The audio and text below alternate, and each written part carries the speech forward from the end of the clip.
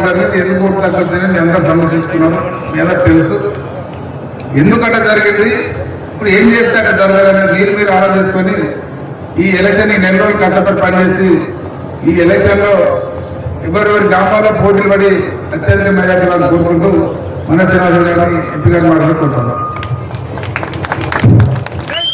జై తెలంగాణ, జై కేసీఆర్.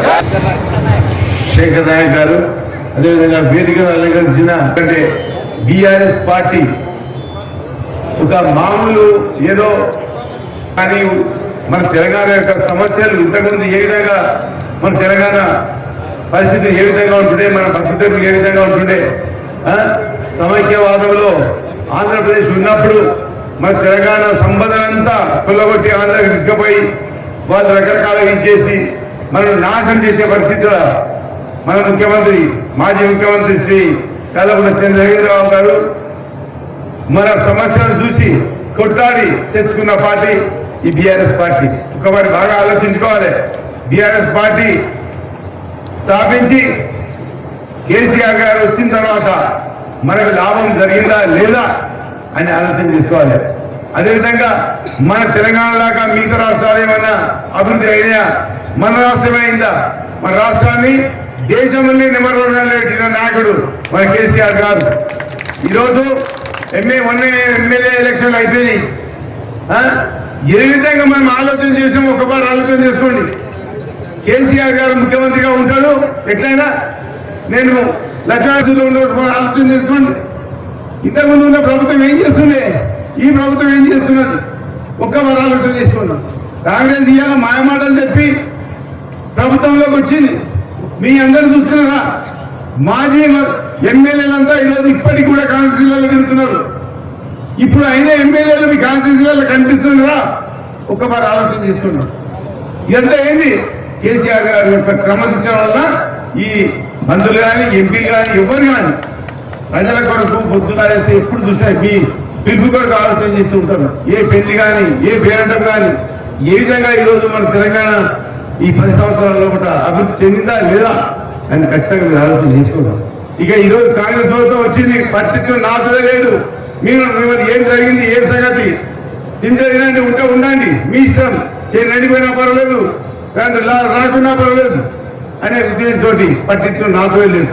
ఎందుకంటే తెలంగాణ యొక్క ఈ ఆగని ఆరాధకాలు చూసి చెల్లించిపోయిన మన కేసీఆర్ గారు వచ్చిన ఈ రాష్ట్రాన్ని మనం ఏ విధంగా ఈరోజు అభివృద్ధి చేసిండో అన్ని విధాలుగా ఈరోజు ప్రాజెక్టులు కానీ ఈరోజు కరెంట్ విషయంలో కానీ ఎన్ని రకాలు ఈరోజు మనము ఆర్థికంగా బలపడ్డమా లేదా అని ఒకసారి ఆలోచన చేసుకోండి.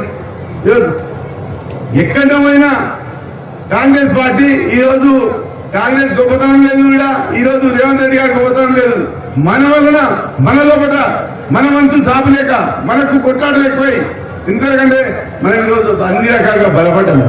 మరి చూడండి, ఎందుకంటే మరి ఈరోజు మళ్ళీ ఆకలి అయితేనే ఈ అన్నం విలువ తెలుస్తుంది. అది ఆలోచన చేసుకోండి. కేసీఆర్ గారు వచ్చినాక మన గ్రామాలు కానీ ఏ విధంగా తయారైనా ఆలోచన చేసుకోండి. ఒకప్పుడు వచ్చి కొట్లాడుతున్నారు, మీరు ఆలోచన చేసుకోండి.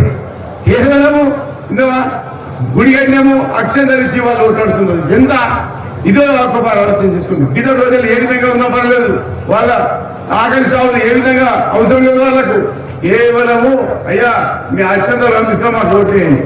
గతంలో ఏం చేసి 2019 ఎన్నికల్లో వాళ్ళు ఒక పుల్వామా దగ్గర ఒక పెద్ద మామూలుగా ఏదైతే ఆర్మీ దగ్గర ఏదైతే వాళ్ళు ఉంటారో ఆ టీం అంతా పోయి పాకిస్తాన్ పైన సర్జికల్ స్ట్రైక్ చేసి అందులో ఒక అభినవ్ అని చెప్పి ఒక మిలిటరీ సోల్జర్ అక్కడ వాళ్ళు అరెస్ట్ చేసినట్టు ఒక క్రియేటివిటీ ఒక సినిమా తయారు చేయడం అక్కడ చేసి అక్కడ వాళ్ళు పట్టుకున్నట్టు వాళ్ళ ఇడిపించుకున్నట్టు ఇవన్నీ సినిమా చేసి సోషల్ మీడియాలో వైరల్ చేసి ఓట్లు అడగడం. ఎందుకంటే చూస్తాం ఈరోజు బీజేపీ ప్రభుత్వము సెంట్రల్ గవర్నమెంట్ మనకి ఏం చేస్తున్నది, ఏం సంగతి, ఒక స్కీమ్ అయినా మనకి ఇస్తున్నారు. ఒక ఆలోచన చేసుకోండి.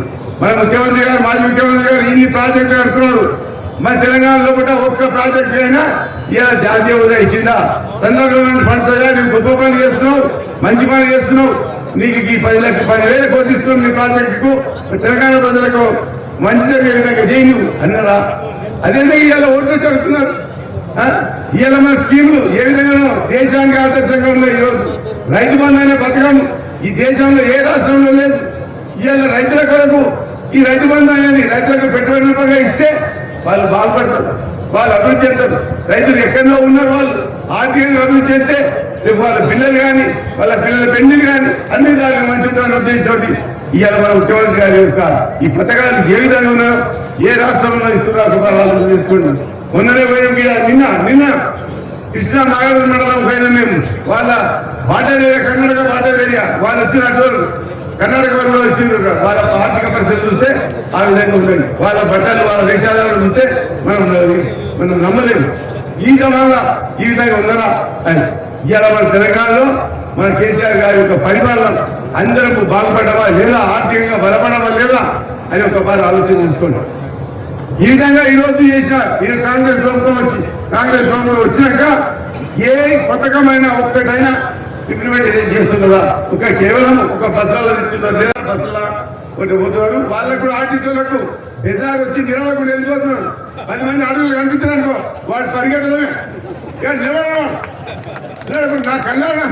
నా కన్నాడ చూసిన మహబూబ్నగర్లో ఎందుకంటే గేట్ దగ్గర వాళ్ళు 5-6 మంది అడుగులు వెళ్ళేవాడు. బస్సులో ఎవరు లేరు, ఆయన వాడు నిలబెడుతున్నాడు, భయపడుతున్నాడు. ఆ విధంగా ఈరోజు కాంగ్రెస్ ప్రభుత్వం ఏ విధంగా ఆలోచన చేసి మిమ్మల్ని మాయ మాటలు చెప్పి మోసం చేసింది ఒకసారి ఆలోచన చేయండి. 5 మంది ఇస్తున్నదా ఎవరైనా మాట ఏంటదా? నిన్న మన పెళ్లిలని కళ్యాణ లక్ష్మి అని మన కేసీఆర్ గారు పెట్టిన పథకము ప్రతి ఒక్కరికి ఇట్లా పెళ్ళైనా ఒక నెల నెలకే కళ్యాణ లక్ష్మి. ఇటువంటి ఈ పథకాలను ప్రభుత్వం వచ్చి అమలు చేయకుండా ఉండడము, బీద ప్రజలకు ఈ విధంగా మోసం చేయడము, రైతులను మోసం చేయడము ఏ విధంగా కూడా ఆలోచన తీసుకున్నాం. ఇక రైతు బంధు సంగతి అయితే తెలుసు. అదేవిధంగా రైతు బీమా అసలే లేదు. ఇంకోటి దళిత బంధు మన కేసీఆర్ గారు తెచ్చి ఇప్పటికి దాదాపు 1,03,000 మంది ప్రొసీడింగ్స్ ఇవ్వడం జరిగింది. అదే దాన్ని ఇలా మేము 12 లక్షలు ఇస్తామని కాంగ్రెస్ చెప్పింది. ఇందాక ఇస్తున్నాడా? కనీసం ప్రొసీడింగ్స్ అన్ని ఇంప్లిమెంటేషన్ చేస్తున్నాడా? ఆలోచన తీసుకుంది. కాంగ్రెస్ యొక్క అసమర్థత పాలన ఏ విధంగా ఉండదు ఒకసారి ఆలోచన చేసుకోండి. ఇంత అభివృద్ధి చేసిన కేసీఆర్ గారిని మాట్లాడమే వయసు తారతమ్యం లేని మాటలు మాట్లాడకము. ఇవాళ రేవంత్ రెడ్డి గారి మాటలు ఏం మాటలు మాట్లాడటం అర్థం రాదు. ఎందుకంటే ఒక సీఎం స్థానంలో ఉండి ఒక హోదా ఒక డిగ్నిటీ అనేది మెయింటైన్ లేకుండా అడవులు మాట్లాడుతున్నారు. అది మనకు ఈరోజు తెలంగాణ ప్రజలకు అది ఎంతవరకు మీరు దాన్ని ఆస్వాదిస్తారు ఒకసారి ఆలోచన చేయాలి. ఈ ఎన్నో ఇయ్యాలు చూస్తున్నాం. ఎక్కడున్నాయి పథకాలు? ఎక్కడున్నాయి? ఆడపిల్లకి మహాలక్ష్మి స్కీమ్ అని చెప్పి 2,500 ఇస్తాను, ఆసరా పెన్షన్లు 2,000-4,000 ఇస్తాను. ఇటువంటి హామీలు ఇచ్చి వచ్చి ఇలా ప్రభుత్వం ఏర్పాటు చేసుకుని మీ అందరి యొక్క మంచెట్లు ఏ విధంగా చూస్తున్నాడా? కేసీఆర్ గారు ఏ విధంగా చూసి మనం ఈరోజు ఈ స్థాయికి వచ్చినాం మనం. అదేవిధంగా ఆ విధంగా వచ్చి మళ్ళీ ఈరోజు మళ్ళీ ఎంపీ ఓట్లకు మళ్ళీ మేమే ఉంటాం, మేమే చేస్తాం అని చెప్పి ఉంటాడుతున్నారు. మీ అందరికి సమంజసము ఏ విధంగా ఉంటుందో ఒక ఆలోచన చేసుకుంటాం. ఇలా బీజేపీ ప్రభుత్వం ఉన్న సెంట్రల్లో ఒక్కరోజు ఇలా 4 బీజేపీ ఎంపీలు ఉన్న తెలంగాణ నుంచి కాంగ్రెస్ వాళ్ళు 3 ఉన్నారు. ఈ గడిచిన పార్లమెంట్లో ఈ 17వ లోక్సభలో ఒక్కరోజు కూడా మన పార్లమెంట్లో మన తెలంగాణ గురించి మాట్లాడిన పావన ఉండేవాళ్ళు. ఒక్కరోజు కూడా మాట్లాడలేదు. తెలంగాణకు ఇది కావాలి చేయాలి అని ఒక్కరోజులో మాట్లాడేవాళ్ళు. అదే మా 9 మంది ఎంపీలను తెలంగాణ గురించి ఎప్పుడు కానీ ఒడ్ల విషయంలో కానీ ప్రతి ఒక్క విషయంలో రైతుల గురించి కానీ రకరకాలుగా నిర్ణయం తీసుకుంటూ పోయినాం. ఎందుకంటే ఈరోజు మన తెలంగాణలో పండించే పంటలు విపరీతంగా పెరిగిపోయినాయి. అదేవిధంగా ఇదైతే మన తెలంగాణ రాకముందు కేవలం 63,000 లక్షల మెట్రిక్ టన్నులు పండిన పంటలు దాఖలాలు ఉన్నాయి. ఈ రోజు మన ముఖ్యమంత్రి గారు చేసిన కార్యక్రమాల వలన, కరెంట్ 24 గంటల కరెంటు వలన, ఈ ప్రాజెక్టుల వలన దాదాపు 3 కోట్ల మెట్రిక్ టన్నులకు పెరిగిపోయింది. ఈ క్రమంలో మనకు ఈ కొనే ఏదైతే FCI ఉంటుందో వాళ్ళు చేతిని చేసిన పరిస్థితి కూడా ఏర్పడాలి. ఎందుకంటే మనం రైతులం ఈరోజు ఒక రైతుకు నూకలు పండే ఒడ్లు, నూకలు అయితే ఒడ్లు ఎండైపోయో ఏదో ఒకటి తడిచో ఇంకో రైతు మంచిగా ఉంటాయి. కేంద్ర ప్రభుత్వం ఏమంటుందని మేము పోయినాం ఒక పెద్ద మనిషి దగ్గరికి, ఏదైతే పౌర సరఫరాల దగ్గరికి మేము కేటీఆర్ గారు, అదే మన వీరేంద్ర రెడ్డి గారు, గంగల కమలాకర్ గారు, అదేవిధంగా ప్రశాంత్ రెడ్డి గారు మా ఎంపీలకు 9 మంది పోయి వేడుకున్నాం. మన తెలంగాణ యొక్క రైతుల ఒడ్లు కొనాలి, మీరు FCI food corporation of India ద్వారా మీరు కొనాలి ఖచ్చితంగా అని అంటే మీకు కాదు, మీరు మంచి నూకలు కానీ బియ్యం ఇస్తేనే మేము కొంటాం.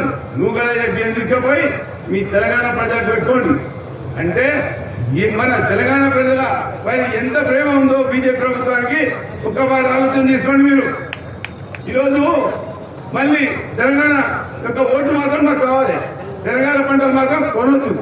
ఎంత దౌర్భాగ్యమైన పరిస్థితి ఉన్న వాళ్ళ దగ్గర ఎంత కళ్ళు పూసుకుపోయిన మాటలు మాట్లాడుతున్నారో ఒక్కసారి ఆలోచన చేసుకోండి. అదేవిధంగా ఇంకో విషయం, పెద్ద విషయం, ఇలా నోటు రద్దు చేసి దేశవ్యాప్తంగా ఉన్న బ్లాక్ మనీ మొత్తం తీసుకొచ్చి పోగు చేసిండు. పోగు చేసిన క్రమంలో ఈరోజు ప్రతి ఒక్క రైతుకు అనౌన్స్మెంట్ చేసిండు. ఎవరు చేసిండు? ప్రధానమంత్రి గారు. అయ్యా ఇంత డబ్బు వస్తుంది మాకు, ప్రతి రైతు దేశంలో ఉన్న ప్రతి రైతుకు 15 లక్షల రూపాయలు మీ ఖాతాలో జమ చేస్తాం అని చెప్పి ఒక్కరికైనా ఒక్క రైతు చేసినా ఆలోచన చేయండి. చెప్పి ఎవరికైనా వచ్చినట్టు పైకి చేతికెత్తాను. అదేవిధంగా ఈరోజు మన ముఖ్యమంత్రి గారు దంతబంధు ఇచ్చేసి ఇవాళ దాదాపు లక్షల మందికి ఇవ్వడం జరిగింది. దంతబంధు వచ్చిందా రాలే? మనకు కొంతమంది కానీ వచ్చిందా రాలేదా? ఆలోచన చేయండి. దాదాపు ప్రొసీడింగ్స్ కూడా 1,03,000 మందికి ఇవ్వడం జరిగింది. అదే ఒకవేళ ఈ ప్రభుత్వం మళ్ళీ కేసీఆర్ గారి ప్రభుత్వం వచ్చింటే వీటిని కంటిన్యూ చేసే పరిస్థితి ఉంటుంది. ఇటువంటి విషయాలు ఈరోజు బీజేపీ ప్రభుత్వం ఏం చేస్తుంది, కాంగ్రెస్ ప్రభుత్వం ఏం చేస్తుంది, మరి కేసీఆర్ గారు ఏ విధంగా చేసింది. చిన్న చిన్న సమస్యల వలన ఈరోజు మంచి చెడు జరగవచ్చు, కానీ మన అందరిలో కూడా మన మనసు సాగలేక ఈరోజు మన ప్రభుత్వం పట్టుకోవడం జరిగింది. కేసీఆర్ గారు ఖచ్చితంగా మళ్ళీ ముఖ్యమంత్రి అవుతారనే అనుకొని ఇక ఎవరిగా ఓటేస్తే ఏ విధంగా ముఖ్యమంత్రి అవుతుంది. ఇటువంటి చేసిన మహానాయకుడిని ఈరోజు మన తెలంగాణను ఒక విధమైన రాష్ట్రంగా తయారు చేసి దేశంలో నెంబర్ 1గా చేసిన నాయకుడిని ఈరోజు మనం విడనాడదామా? ఇవాళ కేసీఆర్ గారిని మనం వదులుకుందామా? ఒకసారి ఆలోచన చేసుకున్నాం. ఈరోజు నాకు 2019లో ఎంపీ టికెట్ ఇవ్వడం జరిగింది. ఈరోజు ఓడిపోయినంత మాత్రమే నేను మోసం చేసి అన్యాయం చేసి కేసీఆర్ గారికి మా మోసం చేసి తలుచుకోలేదు. నేను ఆలోచన చేసుకోండి. ఈ ప్రభుత్వం పడిపోయినా కూడా చాలా మంది వెళ్ళిపోయారు. అయినా కూడా నేను ఖచ్చితంగా ఎంపీ నిలబడతా. మీ అందరి సహకారంతో కేసీ తీరుతా. ఖచ్చితంగా మీ అందరి సహకారం ఉండాలి అని కోరుకుంటూ జై తెలంగాణ.